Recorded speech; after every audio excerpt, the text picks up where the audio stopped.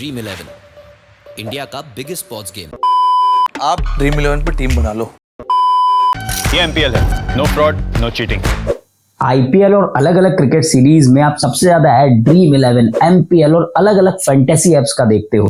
Dream 11 पर team बनाओ, लाखों रुपए कमाओ। मस्त प्लान है। फलाना ऐप पर खेलो और लाखों रुपए कमाओ। पैसा ही पैसा होगा। और इसके यूजर्स कितने ज्यादा हैं, इस बात का अंदाजा आप इसी बात से लगा सकते हैं कि दिसंबर 2021 में ड्रीम 11 का रेवेन्यू 3,841 करोड़ रुपए था।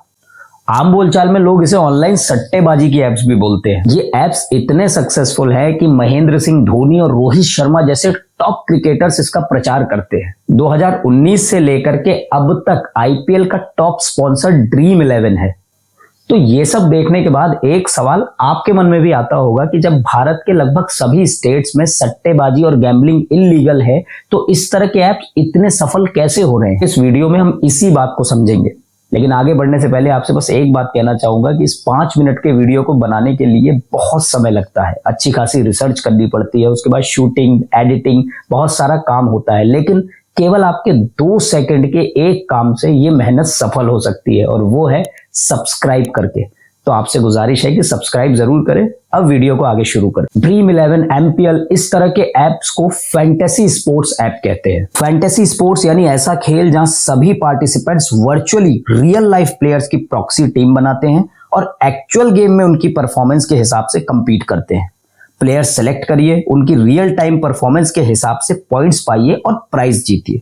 अब सुनने में तो ये खेल सट्टेबाजी जैसा इल्लीगल लग रहा है, लेकिन एक महीन सी लकीर ने इसे कानूनी करार दे दिया है। चंद्रेश सांखला नाम के एक व्यक्ति ने 2020 में राजस्थान हाई कोर्ट में केस फाइल किया और दलील दी कि ड्रीम 11 और इसके जैसे दूसरे ऐप्स गैम्बलिंग करवा रहे हैं और गेम के नाम पर लोगों के साथ फ्रॉड कर रहे हैं। उन्होंने इस तरह के ऐप्स को बैन करने की गुहार लगाई, लेकिन राजस्थान कोर्ट ने पंजाब और हरियाणा हाई कोर्ट के पुराने जजमेंट को कोट करते हुए इस पिटीशन को रिजेक्ट कर दिया। अदालत ने बताया कि इस तरह की एप्स गेम ऑफ चांस में नहीं बल्कि गेम ऑफ स्किल्स में आती हैं और इसलिए ये लीगल है। अब आप सोचेंगे गेम ऑफ चांस और गेम ऑफ स्किल क्या है, बताता हूं। अगर आप अपनी स्किल का यूज करके गेम खेल रहे हैं और उसमें आप प्राइज जीतते हैं तो वो गैम्बलिंग के अंतर्गत नहीं आता। राजस्थान हाई कोर्ट का कहना था कि इस तरह के एप्स में स्किल का भी बहुत इस्तेमाल होता है। आपको प्लेयर चूज करने से पहले उस गेम की नॉलेज होनी जरूरी है। इसके साथ ही उस प्लेयर की हिस्ट्री, उसका फॉर्म अभी कैसा चल रहा है, वो किस तरह का खेलता है, वो किस तरह की पिच पर कैसा परफॉर्म करता है, ये सब भी जानना बहुत जरूरी है। उसके बाद ही आप एक अच्छी टीम बना पाएंगे और प्राइज जीत पाएंगे। तो अदालत के अनुसार ये सारा खेल स्किल का हुआ और एक जानकार व्यक्ति ही इसको खेल सकता है। इस तरह से अदालत ने इसे गेम ऑफ स्किल मानते हुए लीगल बोल दिया। इसके साथ ही अदालत ने ड्रीम 11 और इसके जैसी अलग अलग एप्स के एक और स्पेशल फीचर की वजह से इसे लीगल माना। वो फीचर क्या है? एग्जाम्पल के तौर पर अगर आपको ड्रीम 11 ऐप में टीम बनानी है तो आप कैसे बनाएंगे? मान लीजिए चेन्नई सुपर किंग्स और कोलकाता नाइट राइडर का मैच है और आपको ड्रीम 11 पर इसकी वर्चुअल टीम बनानी है, तो आपको दोनों टीम्स में से प्लेयर सेलेक्ट करने पड़ेंगे। आप पूरी टीम को चूज नहीं कर सकते और मैच शुरू होने से पहले आपको एंट्री फीस देकर मैच की टीम को लॉक करना पड़ता है। इसके बाद आपको मैच का वेट करना पड़ेगा और उम्मीद करनी पड़ेगी कि आपने जो जो खिलाड़ी सेलेक्ट किए हैं वो अच्छा खेले, आपको ज्यादा पॉइंट्स मिले और प्राइज मनी मिले। यानी कि प्लेयर सेलेक्ट करने के बाद सब कुछ उम्मीद पर टिका है। लेकिन अदालत का मानना है कि प्लेयर्स के सिलेक्शन के लिए भी स्किल की जरूरत होती है कि जब एक टीम की हार या जीत पर प्रेडिक्शन नहीं हो रहा, उस पर पैसे नहीं लग रहे और इससे मैच के आउटकम में भी कोई फर्क नहीं आ रहा, तो ये गैम्बलिंग की कैटेगरी में नहीं आता। इसके बाद ये केस सुप्रीम कोर्ट में भी गया, लेकिन नतीजा वही निकला जो राजस्थान हाई कोर्ट में निकला। तो ये तो थी अदालत के फैसलों की बात जो पूरी तरह से कानूनी प्रक्रिया पर टिकी हुई है। लेकिन अब आखिरी बात, क्या ड्रीम 11 और इस तरह के दूसरे ऐप्स का इस्तेमाल करना चाहिए? आज के जमाने में पैसा कमाना किसे बुरा लगता है? इतनी बाजारवादी दुनिया है, किस तरीके के ऐड आ रहे हैं कि आदमी लग्जरी कार लेकर आया तो लड़की की शादी उससे हो गई। ये बड़ी अच्छी बात कही आप।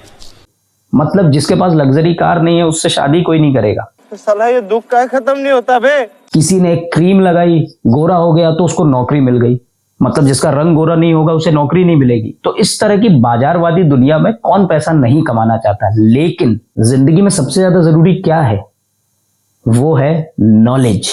Knowledge is power. सच्चाई तो है इन ऐप्स के यूजर्स में से सिर्फ 15% लोगों को ही फायदा मिलता है, बाकी सब अपना पैसा लूज करते हैं। और पैसे के साथ साथ एक बहुत जरूरी चीज लूज करते हैं, वो है टाइम। पैसा आता जाता रहता है, लेकिन समय एक बार चला जाए तो वो वापस नहीं आता। साथ ही साथ इस तरह के एप्स में स्किल डेवलपमेंट का भी कोई स्कोप नहीं है। भले ये गेम ऑफ स्किल है, लेकिन ये आप भी जानते हैं कि इससे आप कोई ऐसी स्किल नहीं सीख रहे जो भविष्य में आपके लिए फ्रूटफुल हो सकता है कि आप अपना टाइम और थोड़ा पैसे लगा करके कुछ पैसा इन एप्स के थ्रू जरूर कमा लें, लेकिन आप इसी टाइम को स्किल डेवलपमेंट में यूज करेंगे तो और ज्यादा बेनिफिशियल होगा। और जब आपके पास स्किल होगी तो पैसा कमाना कोई बहुत कठिन बात नहीं होगी। बाकी जिंदगी आपकी, पैसा आपका, समय आपका, तो फैसला भी आपका ही होना चाहिए। इस तरह की एप्स के बारे में आपका क्या कहना है, कमेंट बॉक्स में जरूर बताएं। और एक आखिरी बात, अपने 2 सेकंड दे करके सब्सक्राइब जरूर करें, इससे हमारी बड़ी हेल्प हो जाती है। मिलते हैं फिर दूसरे वीडियो में, तब तक के लिए नमस्कार।